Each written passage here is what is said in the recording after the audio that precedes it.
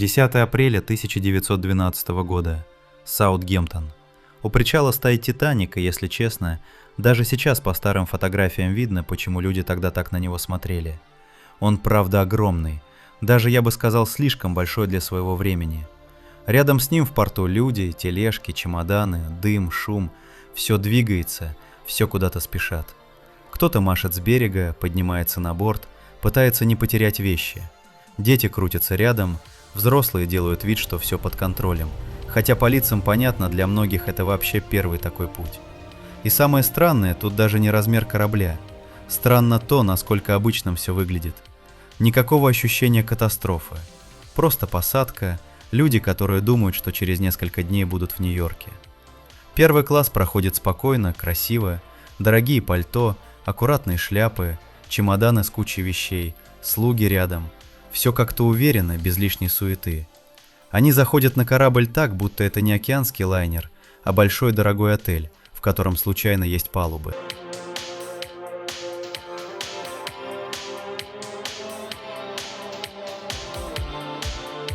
Третьего класса все по-другому. Там больше ожиданий, больше проверок, больше толпы. Люди держат билеты, документы, какие-то узлы с вещами, небольшие чемоданы. Кто-то нервничает, кто-то молчит, кто-то просто смотрит на корабль и, наверное, сам не до конца верит, что сейчас окажется внутри.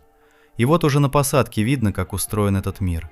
Кто-то проходит почти сразу, а кого-то проверяют дольше, направляют, останавливают. Поторопитесь, дамы, корабль скоро отчалит. Да, конечно, багаж уже готов. Какое волнение! Я никогда не плавала на таком лайнере. Это будет великолепное приключение. Корабль еще стоит у берега, но разделение уже чувствуется. Внутри третий класс, кстати, не выглядит как какая-то ужасная дыра, как можно было бы представить. Нет, это не роскошь, но там есть нормальные коридоры, двери, электрический свет, чистые стены. Все новое, свежее, чуть тесное, но не разваленное. Каюты маленькие, простые, где можно развернуться как человек, но там есть все необходимое для комфортного проживания. Для кого-то это могло быть даже лучше, чем все, что он видел в дороге до этого.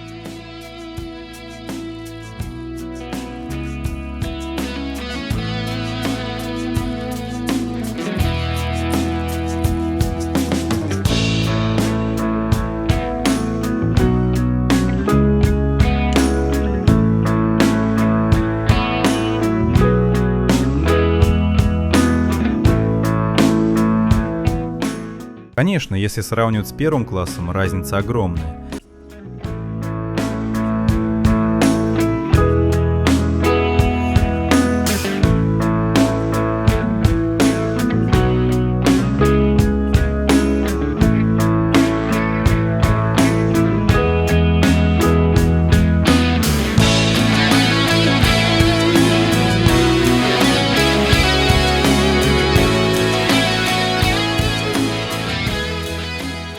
Но сам по себе третий класс на «Титанике» не был просто подвалом с людьми.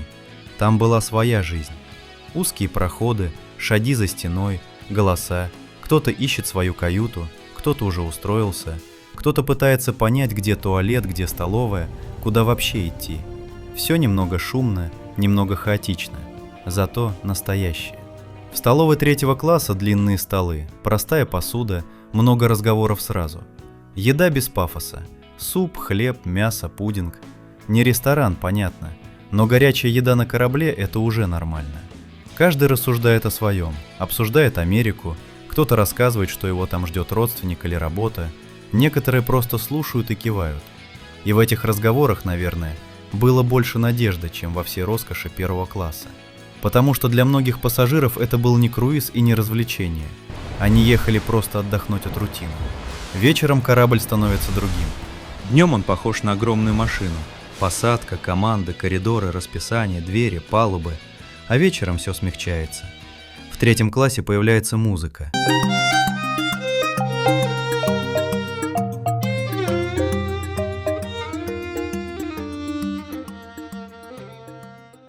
Скрипка, аккордеон, хлопки, смех.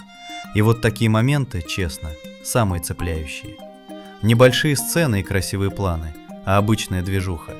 Люди устали, поели, освоились, нашли с кем поговорить, кто-то уже смеется так, будто знаком со всеми лет 10. В этот момент «Титаник» уже не кажется просто кораблем. Он кажется местом, где люди на пару дней сделали себе маленькую жизнь. Не идеальную, но свою. А выше, в это же самое время, все выглядит совсем иначе. Первый класс – это уже другой уровень. Там тише. Даже представить странно, что целый город находится на корабле посреди океана. Самая известная часть – большая лестница. Она выглядит так, будто ее построили не для удобства, а чтобы все сразу поняли – вот на что способен этот корабль. И в этом есть какой-то дискомфорт. Потому что где-то ниже люди сидят за длинными столами, едят простую еду, делят тесные каюты с незнакомцами, а здесь все спокойно, дорого и красиво. Это не значит, что одни люди важнее других. Просто корабль был устроен так, что разница между ними буквально была в стенах, дверях, коридорах и лестницах. И все это плыло вместе. 14 апреля 1912 года и становится холоднее. Воздух стал другим. Палуба ночью уже не выглядит уютно. Вода черная, ветер неприятный, свет от корабля быстро теряется в темноте. В такие моменты океан перестает быть красивым фоном и начинает выглядеть как что-то огромное, чужое и очень холодное. На корабль приходит предупреждение о льдах. Сейчас мы знаем конец и сопутствующие последствия, это звучит почти как сирена. Но тогда это была часть рейса, часть работы экипажа. Корабль идет дальше. Люди ужинают, разговаривают, играют в карты, гуляют или вообще спят. Все нормально. И вот это самое неприятное в этой истории. Перед катастрофой не всегда есть ощущение катастрофы. Все выглядит просто как обычный вечер. Поздно ночью впереди появляется айсберг. Огромная белая гора под луной.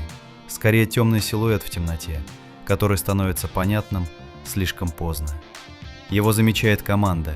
Поворот, напряжение, несколько секунд, в которых уже почти ничего нельзя сделать.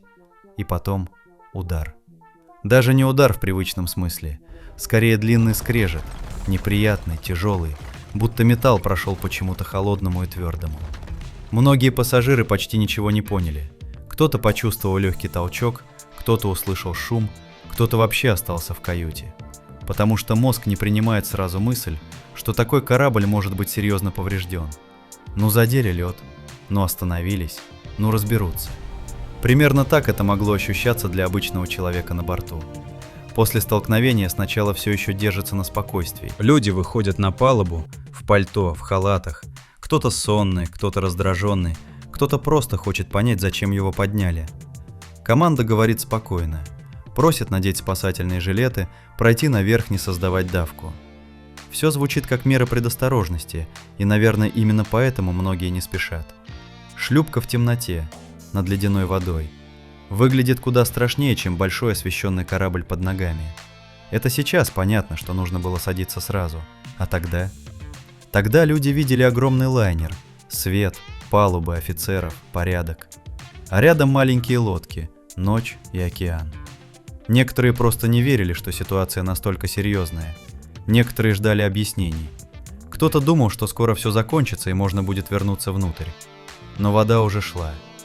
Корабль постепенно менялся. Сначала почти незаметно, потом все очевиднее. Наклон, холод, суета, голоса, команды, люди, которые уже перестают шутить. И чем дальше, тем меньше оставалось этого спокойного, красивого Титаника, который утром еще казался непобедимым. Музыка, ужины, разговоры в столовой, лестница, коридоры, каюты, чемоданы – все это вдруг стало не частью путешествия, а частью последних часов. Самое тяжелое в истории Титаника не только то, что затонул большой корабль. Тяжелое – это представить, сколько на нем было обычных людей, которые еще несколько часов назад занимались самыми обычными вещами. Ели, спорили, искали дорогу по коридорам, смеялись, мерзли на палубе, строили планы, переживали за багаж, знакомились, пытались уснуть. Они не были персонажами трагедии, они просто были пассажирами. И, наверное, поэтому эта история до сих пор не отпускает. Потому что «Титаник» — это не только про металл, лед и океан. Это про тот момент, когда что-то огромное и уверенное вдруг оказывается хрупким. И про людей, которые до последнего не могли поверить, что все действительно происходит.